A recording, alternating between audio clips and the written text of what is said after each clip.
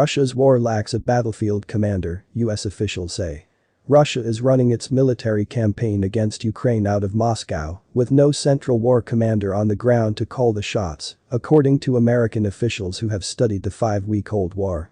That approach may go a long way to explain why the Russian war effort has struggled in the face of stiffer than expected Ukrainian resistance, the officials said. The lack of a unifying military leader in Ukraine has meant that Russian air, ground and sea units are not in sync.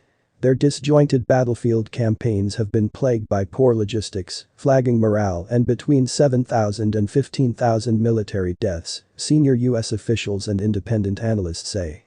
It has also contributed to the deaths of at least 7 Russian generals, as high-ranking officers are pushed to the front lines to untangle tactical problems that Western militaries would leave to more junior officers or senior enlisted personnel.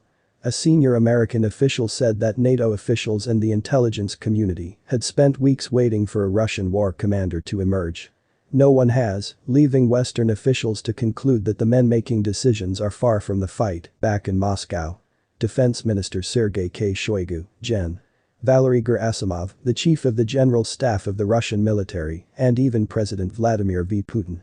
On Wednesday, Biden administration officials, citing declassified US intelligence, said that Mr. Putin had been misinformed by his advisors about the Russian military's problems in Ukraine. The intelligence, American officials said, also showed what appeared to be growing tension between Mr. Putin and Mr. Shoigu, who was once among the most trusted members of the Kremlin's inner circle. Russian officials have disputed the American intelligence assertion, with the Kremlin on Thursday calling it a complete misunderstanding of the situation that could have bad consequences. But it is hard to run a military campaign from 500 miles away, US military officials said. The distance alone, they said, can lead to a disconnect between the troops who are doing the fighting and the war plans being drawn up in Moscow.